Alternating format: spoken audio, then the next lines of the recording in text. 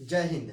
आज हम लोग पढ़ने वाले इस वीडियो में ब्रीथ का बेसिक पढ़ेंगे कि ब्रीथ किसे कहते हैं, ब्रीथ कैसे बनता है और ब्रीथ में क्या क्या होते हैं, वो सब के बारे में हम लोग जानेंगे इस वीडियो के अंदर। तो चलिए देखिए ब्रीथ पहले जानेंगे कि ब्रीथ कैसे बनता है। तो देखिए ब्रीथ बनने से पहले क्या होता है कि एक लंबाई यानी कि लंबा तार रहता है, उस तार को हम लोग मोड़ कर गोल बना देते हैं।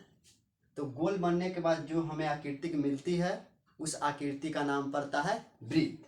फिर से सुनिएगा, एक लंबा तार है, ठीक, उस लंबा तार को हम लोग घुमा कर एक गोल बना दिए, तो गोल जो हमको आकृति मिला उसी आकृति को नाम पड़ता है ब्रीथ। देखिए ये तार है ए बी लंबाई की, इसको घुमाकर हम इस तरह का एक आकृति बना, तो जो मेरा आकृति बना इसी का नाम पड़ गया ब्रीथ। ध्यान दीजिए, इसी का नाम क्या पड़ गया ब्रीथ। इंग्लिश में इसका नाम है सर्कल।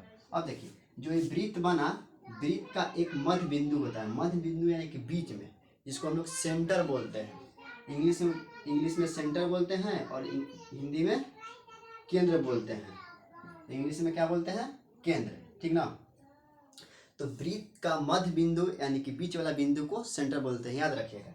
अब देखिए ब्रीथ के मध्य बिंदु सेंटर से ब्रीथ के किसी भी परिधि, अब देखिए ये जो गोल मेरा है चारों पट्टी तार यानी कि लंबाई, इसको हम लोग बोलते हैं परिधि, ठीक ना, ध्यान रखिएगा। तो ब्रीथ के केंद्र से ब्रीथ के परिधि के किसी एक बिंदु तक के दूरी को त्रिज्या बोलते हैं। क्या बोलते हैं? त्रिज्या, जिसे हम लोग आर से सूचित करते हैं, इंग्लिश में बोलते हैं रेडियस। ध्यान से फिर एक बार सुनिएगा, ब्रीथ के केंद्र से ब्रीथ के किसी भी परिधि के एक बिंदु तक के दूरी को बोलते हैं त्रिज्या, ठीक ना। अब देखिए यही त्रिज्या अगर इधर में आ गया, ब्रीथ के केंद्र से ब्रीथ के किसी एक परिधि के बिंदु तक के दूरी को क्या बोलेंगे? इसको भी क्या बोलेंगे? त्रिज्या, ठीक।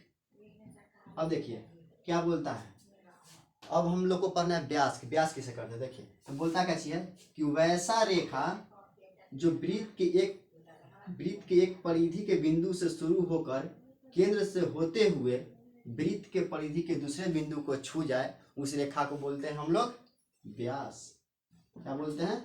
व्यास। व्यास को सूचित करते हैं डी से, डी के मतलब होता है व्यास। अब ध्यान से देखेंगे, बोलता क्या चाहिए कि त्रिज्या प्लस त्रिज्या बराबर क्या होता है? व्यास। एक ये मेरा एक का चाहिए संबंध है त्रिज्या और व्यास के बीच में, याद रखिए। अब देखिए तो बोलेगा कि त्रिज्या और व्यास के बीच संबंध। देखिए संबंध क्या है, याद रखिएगा। संबंध यही है कि जो व्यास होता है त्रिज्या प्लस त्रिज्या यानी कि त्रिज्या को दो बार जोड़ने से, यानी कि आप जो व्यास लिखिएगा, व्यास के मतलब होता है डी, तो डी लिखिएगा क्या चाहिए होगा? त्रिज्या प्लस त्रिज्या, ताकि इसको इस तरह से भी लिख सकते हैं 2r, ठीक ना। इसको इस तरह से लिख सकते हैं 2r। तो यही संबंध है व्यास और त्रिज्या में। अब देखिए यही अगर आपसे r पूछ देगा तो r क्या हो जाएगा? व्यास का आधा। ये हमारा क्या चीज हो गया? d और r के बीच में संबंध। आशा करते हैं कि इतना आप लोग को समझ में आया होगा। तो चलिए इससे आगे बढ़ते हैं, इसको मिटा रहे हैं।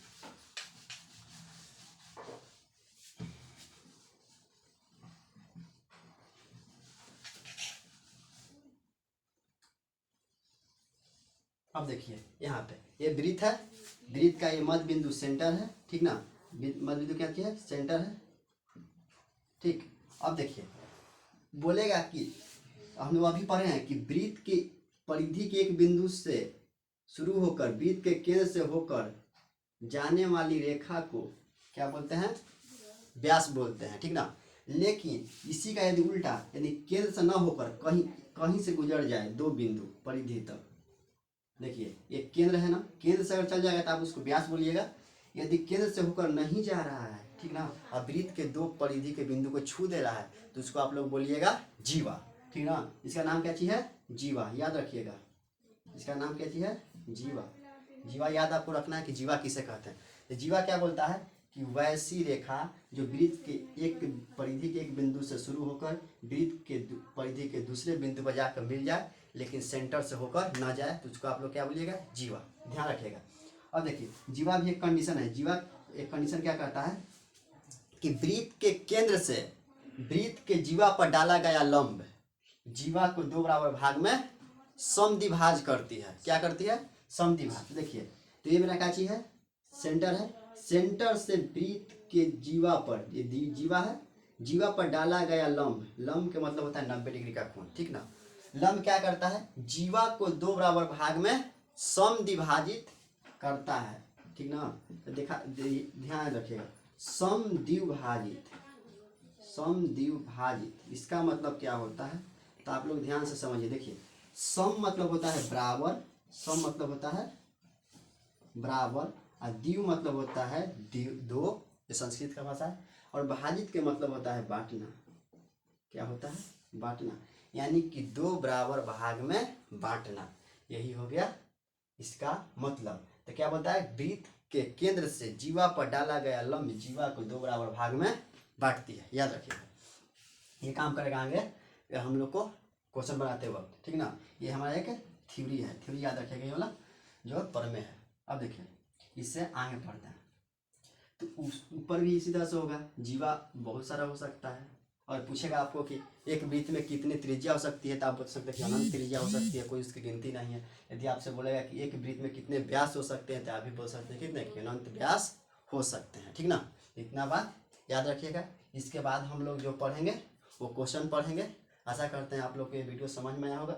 ये वृत्त का क्या था, बेसिक था, ठीक ना। इससे अगले वाले में हम लोग पढ़ेंगे वृत्त का जो परिधि का सूत्र होता है, वृत्त का क्षेत्रफल का सूत्र होता है, वो पढ़ेंगे, और उस पर न्यूमेरिकल क्वेश्चन पढ़ेंगे। अभी हम खास करके इस वीडियो में वृत्त का परिधि और क्षेत्रफल का सूत्र लिख दे रहे हैं। चलिए देखिए, तो वृत्त का परिधि, तो देखिए वृत्त का परिधि, तो परिधि का सूत्र था 2πr, ठीक, और वृत्त का क्षेत्रफल ये होता है πr²। यहाँ पर लिख दे रहे हैं पाई का मान, पाई का मान होता है 22/7, यदि पॉइंट बोलेगा तो 3.14 आपको देगा, ठीक ना।